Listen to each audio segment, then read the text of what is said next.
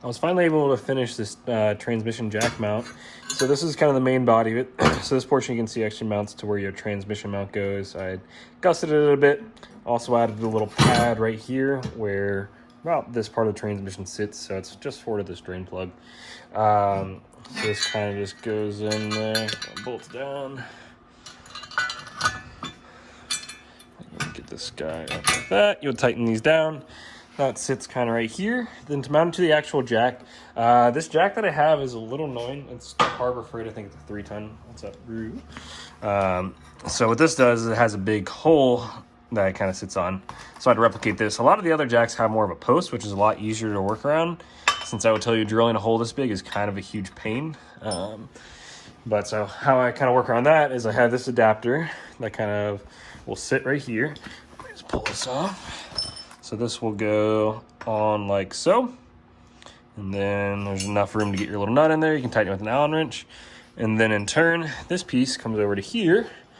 And you can see I drilled a couple holes here. And I actually welded nuts on the backside so you don't have to mess with it. And they're also convenient under that little plate where this sits. So to put this on, this guy kind of mounts up right there. You put your bolts in. And then that whole thing kind of sits on there and it can balance. If you wanted a little more security, you could actually run like a kind of a ratchet strap around this whole deal. But since I kind of put this at the perfect balance point, hopefully I won't need that. Although I don't really want to put these transmission mount ears at a lot of stress. But that's a cool little tool that I finally buttoned up. It took a lot longer than expected, but hopefully it'll make putting the transmission in and out by myself a lot easier. All right, so here is the transmission and a very concerned Rue since she doesn't like this thing moving. This is it mounted all up. So here's this intermediary piece where I was kind of saying how this bolts into the main part right here through those captive nuts. And then you can see right here, just bolts down with this big Allen kind of slug right here. The nice thing is this has just enough play where you can kind of be able to line it up a little bit better, hopefully. So it can go forward up a little bit, to the side a bit.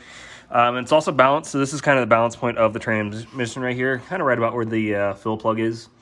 And the cool part is as you kind of jack this thing up, it all stays about where you want it to.